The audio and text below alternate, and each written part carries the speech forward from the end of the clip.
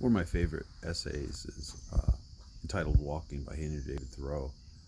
Thoreau might be considered one of the um, foremost experts in the art of walking.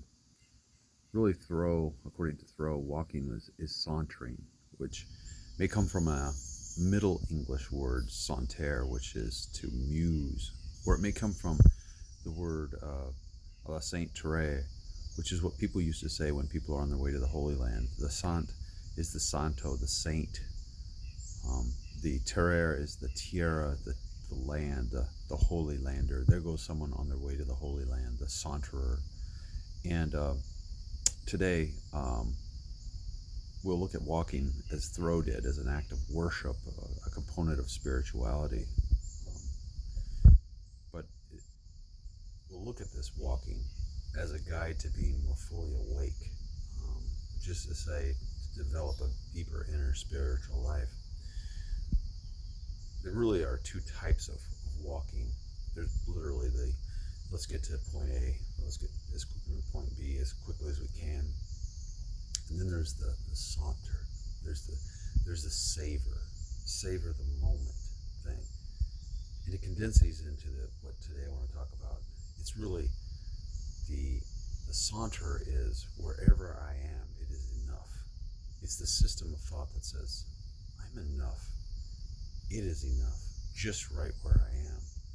And then the other system is, I'm not enough because I haven't arrived at the destination yet. And really, both sides are true. And today I want to talk a little bit more about how we are enough and how that applies to our community. Now, there are a lot of different ways to look at these two different systems, the I'm enough, I'm not enough system, or the sauntering versus the hiking. You could look at it in terms of the Psalms reading versus the Deuteronomy reading. Buddha would have looked at it as being versus doing. This book I just read, Pre-Performance, would say it's about stress and rest. Pastor Ann would call it formation versus action, or sauntering versus hiking. But anyway, those two sides of reality are what we're going to talk about. And I'm reminded of Jimmy Carter here, who was once asked, and I think when he was in his 80s, he said, they would ask him, so what was the best time period in your life? And he said, right now. And it's evidence of a saunterer. Love that little story. But so why is sauntering kind of a big deal? Or why is the whole psychology of I'm enough a big deal? Now, I understand that there's some worries here, right? This self-esteem movement thing has had some downside to it. But let's go back to the roots of Christianity and really one of the biggest things that Christianity brings to our lives is the idea of grace, unearned, undeserved love, and that you are loved just as you are. It's a pretty big idea. And when I look at my life, and I see that the most transformational moments of my life came out of the time where I felt like I wasn't enough, but somebody said I was enough. Plus, believing that you are enough, as I did in my master's study, is powerful because perception shapes reality. And so if we constantly believe that we're not enough, we lose confidence and can't open doors. But if we believe that we are enough exclusively, then we get soft, we don't grow, we don't push. So it's this balancing act of thinking I'm enough, but I'm not enough, and how we walk those two lines. But let's go back to real quick to how I've, some of the most transformational things in my life. It's been in that time where I felt like I wasn't enough, and someone told me I was, where I saw grace, I saw the kingdom of God, I saw the Psalms in life, the sauntering. One is when I arrived at Monastery long-haired, blown-out car, not fashionable clothes, and showed up with no Spanish-speaking skills to try to volunteer in a Spanish-speaking community. And there was no background check. Father John just said, here's your room, stay as long as you want, supper's at 6. And I was like, you're forwarding me a trust, you don't know me. And there's no, in fact, all the factual evidence here is based on I couldn't bring anything to this community if I tried, because I can't even speak to the people here. That wasn't an issue. I felt grace. And when I felt that trust that they had given me, it was deeply meaningful, and I did not want to betray it. And I poured myself into the life of that community. We'll learn Spanish with that. Another time that I felt grace was when I was going to give up on running. And my coach, against evidence, against facts, said, you are a good runner. And his belief carried me through and eventually led to a scholarship where I got out of college without much debt, was able to travel to Mexico, learn Spanish. Where now today I'm a Spanish teacher, and it came from a conversation of grace, a conversation where I was told that I was enough when there was no facts that I was enough. And those are transformational moments. They really are about the grace of God. And now I want to talk about our community here and how you are enough. You know, when I came here, there was no evidence that I should have any. Why should I speak? You don't know me. I mean, and yet you let me share my stories with you, and that's grace. You know, just the other day, I just started this job. I'm 2 weeks in. I have nothing to show for it, and I told Jim France, I don't know. I don't know if I'm doing enough. And he goes, when you're trying to get to know people, it sounds like you got a good start there. That's he was saying, you're enough. You know, I see you guys enough when,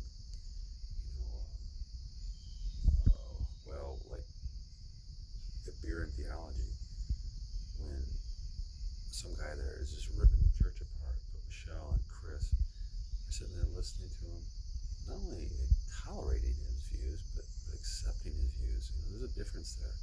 Appreciating him. And I mean, maybe that was just the beer, but I think there are people who are open to the world. Like when Nan comes to the Admiration series, and you can tell that she's read about these people, and because she's curious. Curiosity is enough. The overall thing that happens at the Admiration series is that people express a desire, and just as you did in the homework as well, a desire to do good in this community. Do you know that God looks at the heart? And when he looks at the heart of this community, I believe he smiles. That is enough. Okay? I know we do more than just the talk, and I get it. But do you feel that you're enough? No, this isn't just an intellectual acknowledgement of something. This is, you have to feel that you're enough. You don't close the doors to this community. You got A classes going on, you got Zen meditation classes going on, you got the rummage going on. I was in this church many times. Never having gone to this church. Our kids had choir concerts here. I voted here. This place is trying to be open to the community. It's a sign of your heart. I would say that the most powerful thing that I've seen about who you are as a community and how we are I can say how we are as a community here. Happened the other day at a meeting. Jay got up and he was sharing some devotional. And that wasn't it. Although that was interesting in itself, but that isn't it. He started a sentence with "my husband," and the reaction to those words amongst the people there said,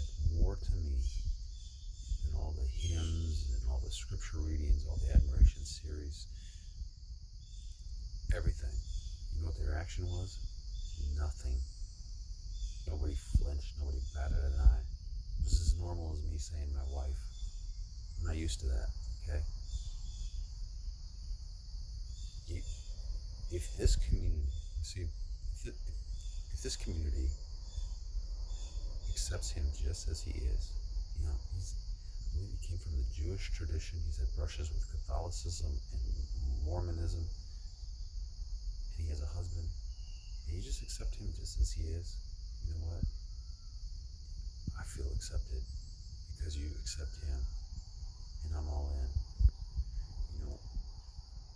So I just hope that you feel that you guys are good enough. Now, I want to go back to just a couple little things that maybe help us as we this is that one of the dangers of not sauntering, and which is what we just did a saunter through a little bit of our community, is that we can tend to get trendy sometimes because we don't think. Sauntering is about reflection. It says in the Deuteronomy reading, but if in your heart turns away and you do not hear, you will be led astray and bow down to other gods and serve them. If you do not hear, sauntering is about listening. And when you know your core values, you don't get pushed around in trends and stuff like that.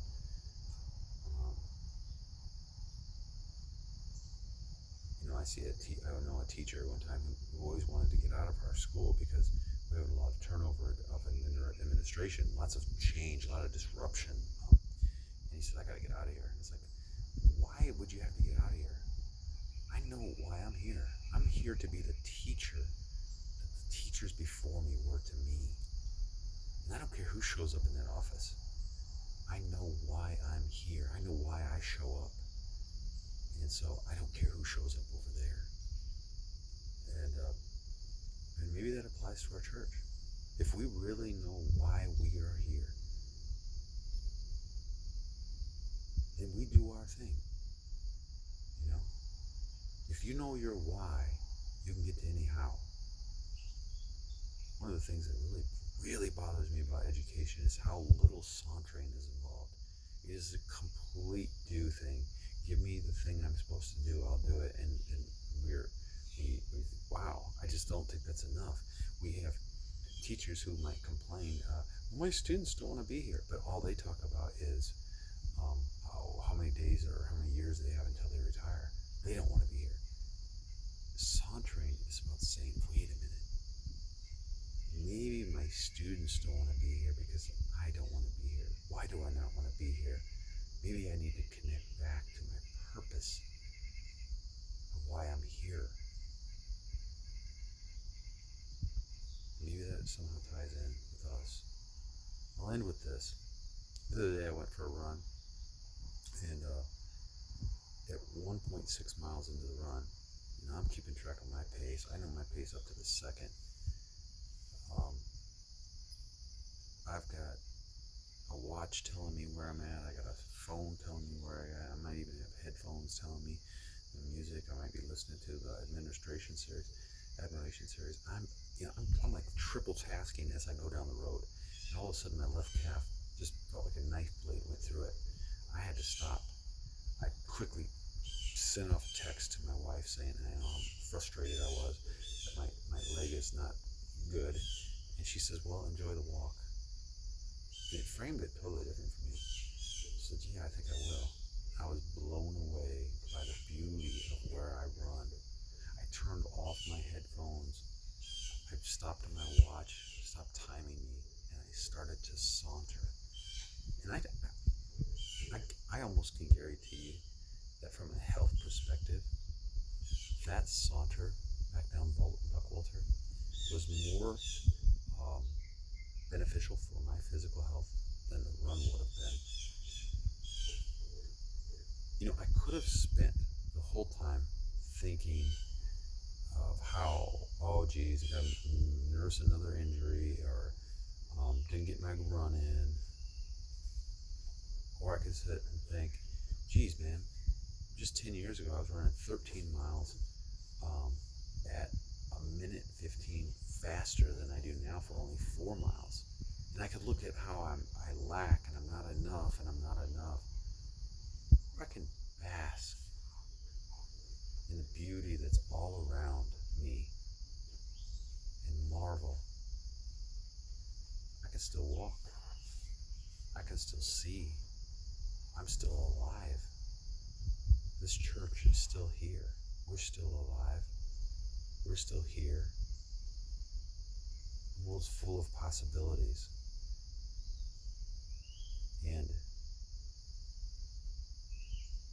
we have to start from the core purpose. And you've shown me that. And that purpose is to love this world unconditionally. You have something very special. And out of that, let's go into doing something in our community. But let's start there. Let's start with grace. And let's move from there.